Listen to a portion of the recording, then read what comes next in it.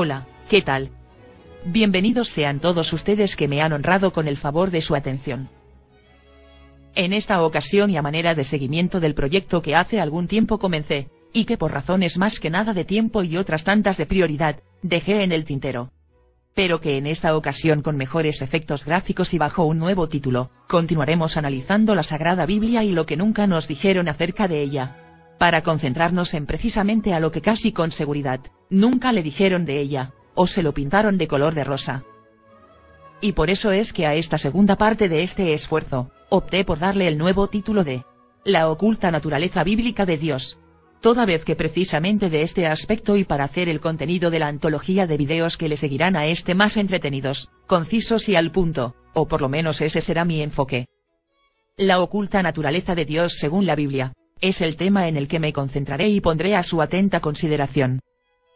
Y si adicionalmente a su atención, pudiera obtener de ustedes su cooperación en este esfuerzo con sus comentarios y su retroalimentación también, ya fuere positiva, o negativa según sea su criterio, y con esto auxiliarme a mejor orientar la conceptualización y contexto de los videos subsiguientes, mucho se los agradeceré. Muy bien, pues sin más preámbulo comencemos. Capítulo 11. Era entonces toda la tierra de una lengua y unas mismas palabras. Y aconteció que, como se partieron de oriente, hallaron una vega en la tierra de Shinar, y asentaron allí. Y dijeron los unos a los otros: Vaya, hagamos ladrillo y cosámoslo con fuego. Y fuéles el ladrillo en lugar de piedra, y el betún en lugar de mezcla. Y dijeron: Vamos, edifiquémonos una ciudad y una torre, cuya cúspide llegue al cielo, y hagámonos un nombre, por si fuéremos esparcidos sobre la faz de toda la tierra. Una breve anotación para mis amigos fundamentalistas y literalistas bíblicos. Aspectos como este son los que a nosotros los escépticos, nos dan muchas de las pistas para concluir que las personas que escribieron la Biblia, lejos de ofrecernos récords históricos, se tratan más bien de obras literarias de ficción. Ya que como resultaría evidente al analizar las últimas palabras de la última frase de la narración, cuando el narrador predice como sin darse cuenta lo que más adelante en la historia ocurrirá, es decir, que serán esparcidos por toda la tierra, y lo plantea como posibilidad que, por un lado, en nada tiene que ver con el diálogo en cuestión, y por el otro, ¿cómo puede saber en términos realistas, o siquiera imaginarse que ser esparcidos por toda la tierra y confundido su lenguaje, pudiera ser una consecuencia directamente derivada de construir en este caso la torre? Sin embargo, lo que sí es que se trata de una técnica literaria para darle pistas al lector, acerca de lo que más adelante ocurrirá. Y con esto mejor explotar el elemento de ironía que el autor pretende incluir en su relato. Pero en fin. Esto, en adición a que quede como precedente, ahí se los dejo de tarea para que lo analicen más a fondo. Y descendió Jehová para ver la ciudad y la torre que edificaban los hijos de los hombres.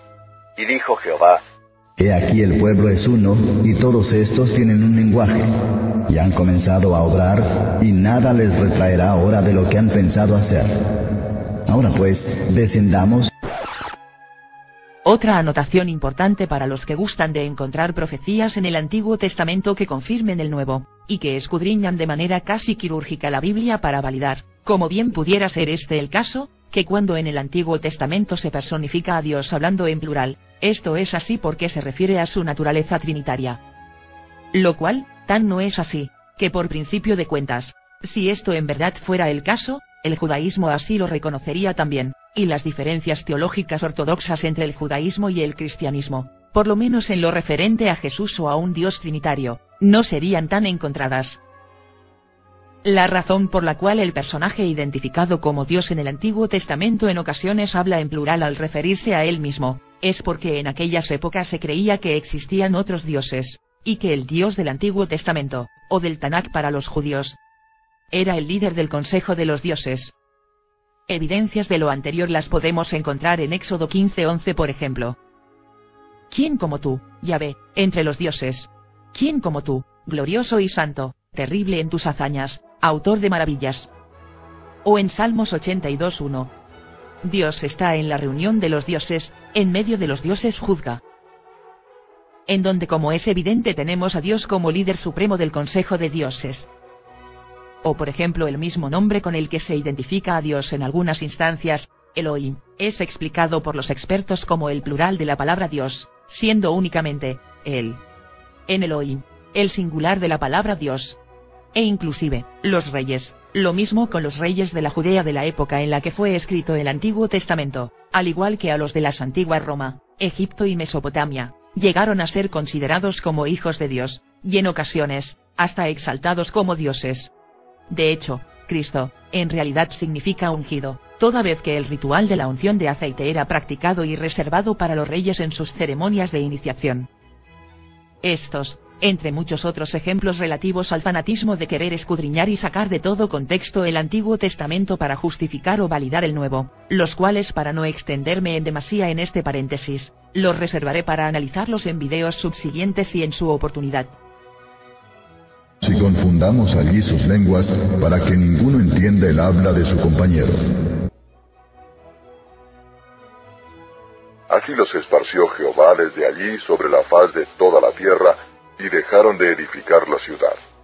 Por esto fue llamado el nombre de ella Babel, porque allí confundió Jehová el lenguaje de toda la tierra, y desde allí los esparció sobre la faz de toda la tierra.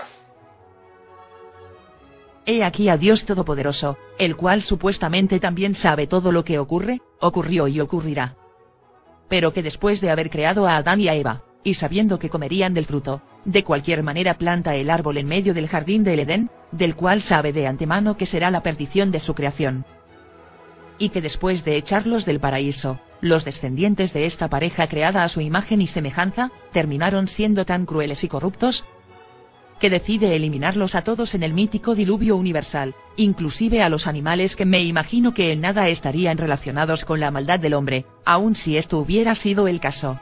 Y aunque así hubiera sido, en ningún lugar de la Biblia se hace esta correlación.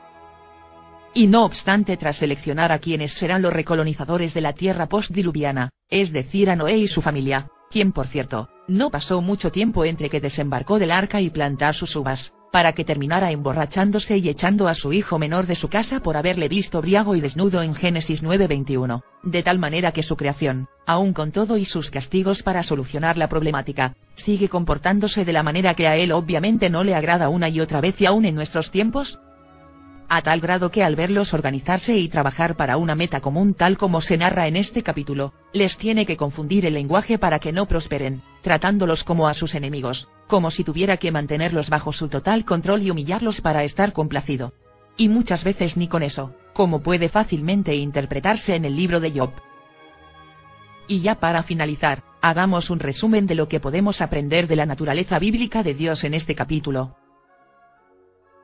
Primeramente vale la pena destacar, que a diferencia de lo escrito en la Biblia, la humanidad no procede de alguna parte del Medio Oriente, ni de una pareja primigenia, sino de una población de aproximadamente 1500 homínidos que evolucionaron en alguna parte de África Central, de donde gradualmente colonizaron la Tierra en un periodo que duró no menos de 1.9 millones de años.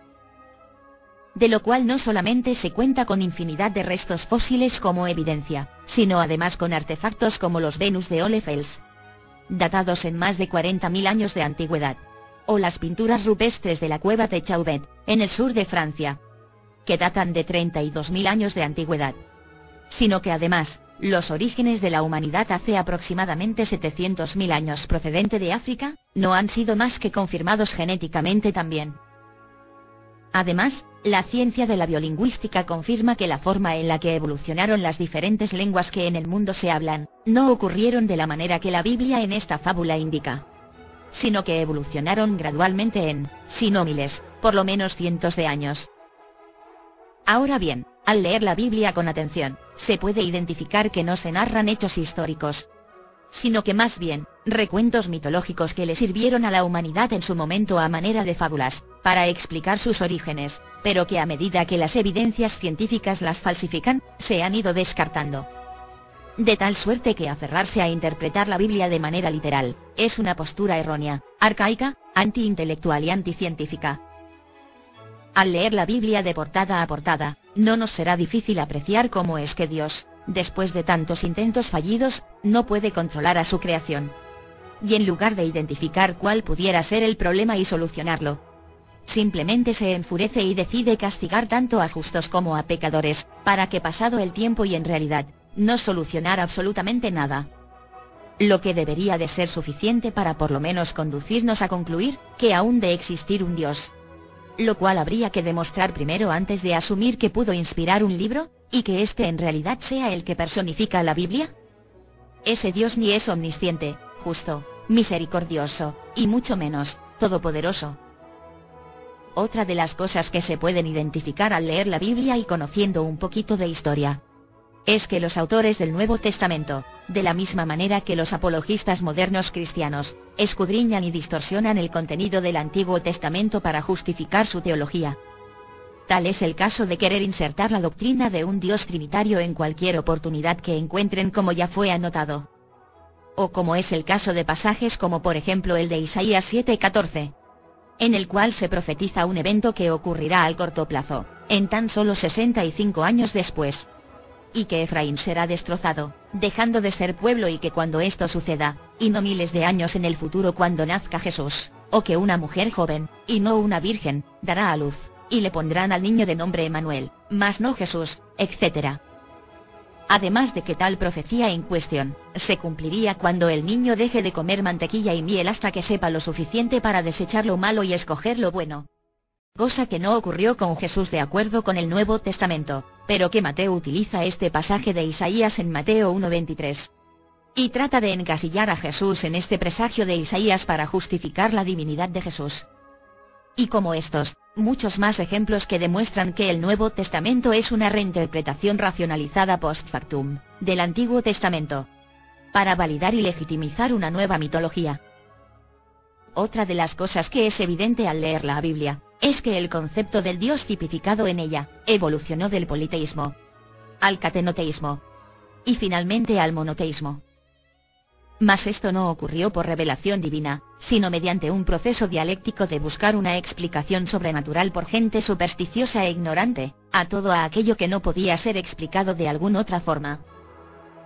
Ahora bien, si la preocupación de Dios según este relato, es que la humanidad construiría un edificio tan alto que llegaría al cielo, ¿por qué será entonces que en tiempos modernos, en donde no cualquier lunático nos puede espantar con el cuento del monstruo que habita debajo de nuestras camas, no nos muestra su divino descontento con los modernos rascacielos, o inclusive los satélites que gracias al ingenio del hombre y de dejar atrás mitos y supersticiones, giran alrededor de nuestro planeta a cientos de kilómetros en las alturas, dándonos el entendimiento de nuestro planeta y universo que ni en sus sueños más locos imaginarían las personas de la edad del bronce de las que hemos heredado el concepto de Dios? Y si algo podemos aprender de todo esto, es que utilizar la Biblia para encontrar las respuestas a nuestros más profundos cuestionamientos, no es la decisión más adecuada y mucho menos la más inteligente. Y que quien nos trate de convencer de lo contrario, será por cualquier razón que gusten o manden, pero no porque se interesen en nuestro bienestar, nuestros mejores intereses y superación personal.